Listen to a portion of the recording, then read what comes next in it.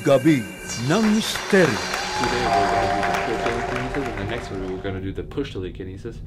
You really focus on the relationship to your object. I said it a couple times before, the relationship is very important. You have to have this relationship, this love to the object. You have to love this object, you have to feel the love back, you know. It's like a back and forth. You have to be in a relationship, otherwise telekinesis will not work.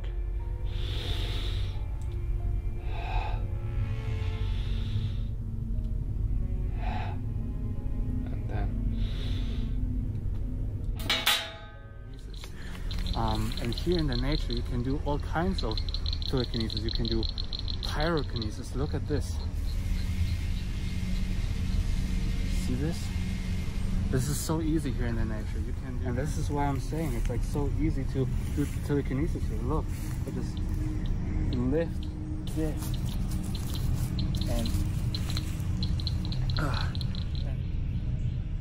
yeah, I wanted to show you how easy it is to use hydrokinesis. Here's this little lake, and I can feel the fish inside the water and see what I can do with this water.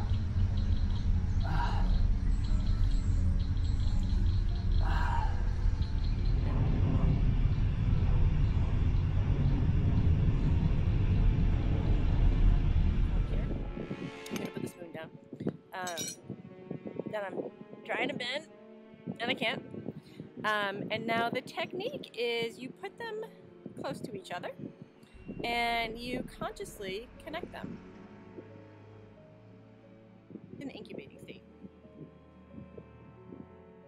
Oh, there we go. There. So. And do you ever think that you want it to bend? Do you tell it to bend?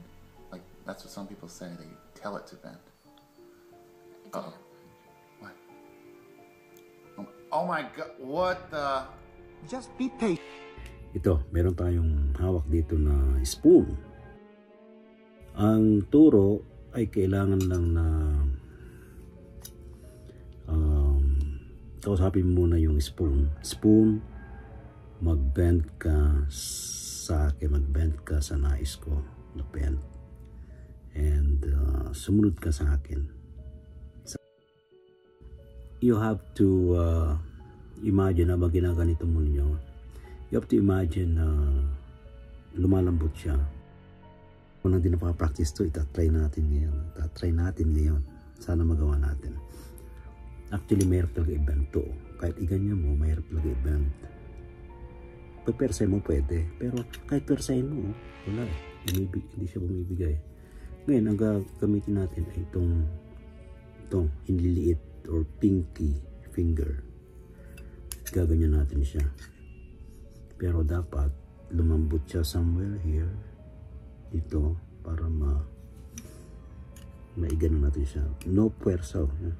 Pag ganyan talaga mahirap. Mainit na siya. Sobrang init na. Diyan natin siya i-bend. Oh. Nakita nyo? The bend.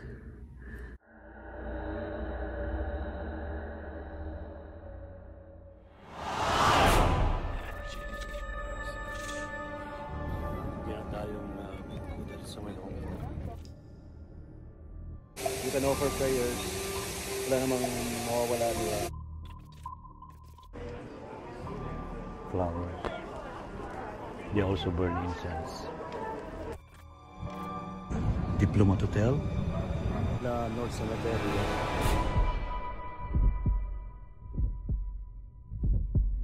Certainly opened a portal to another dimension.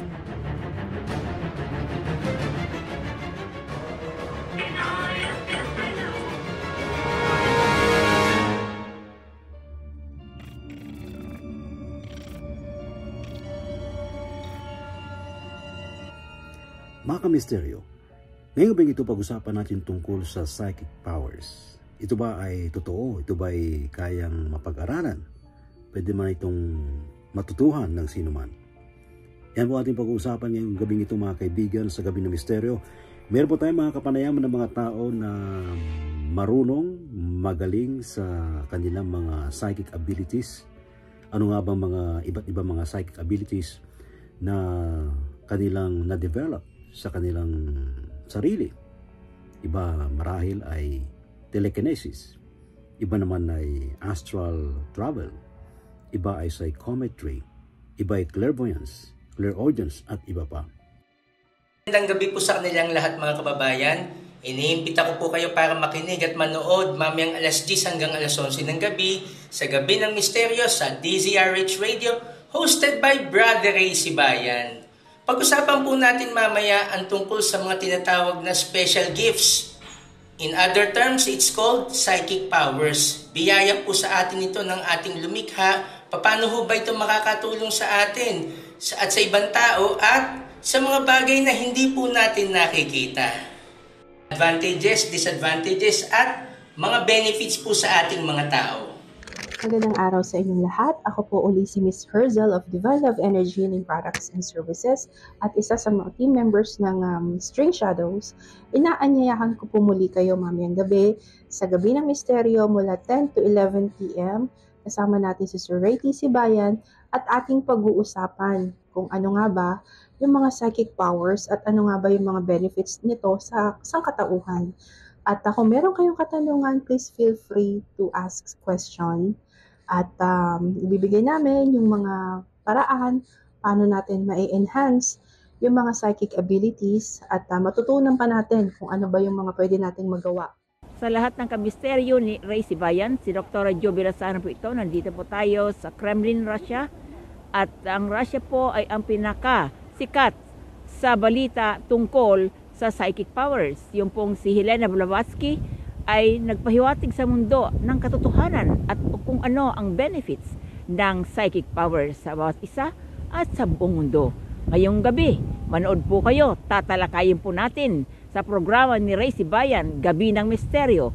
Ano ang pakinabang natin sa psychic powers?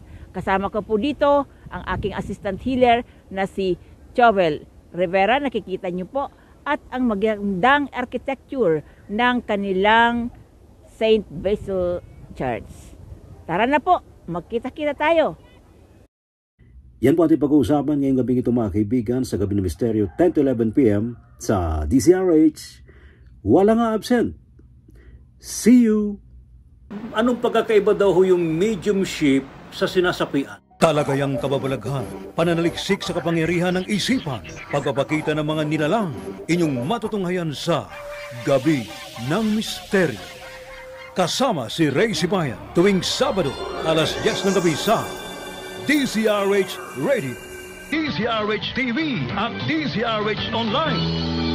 Gabi ng Misteryo.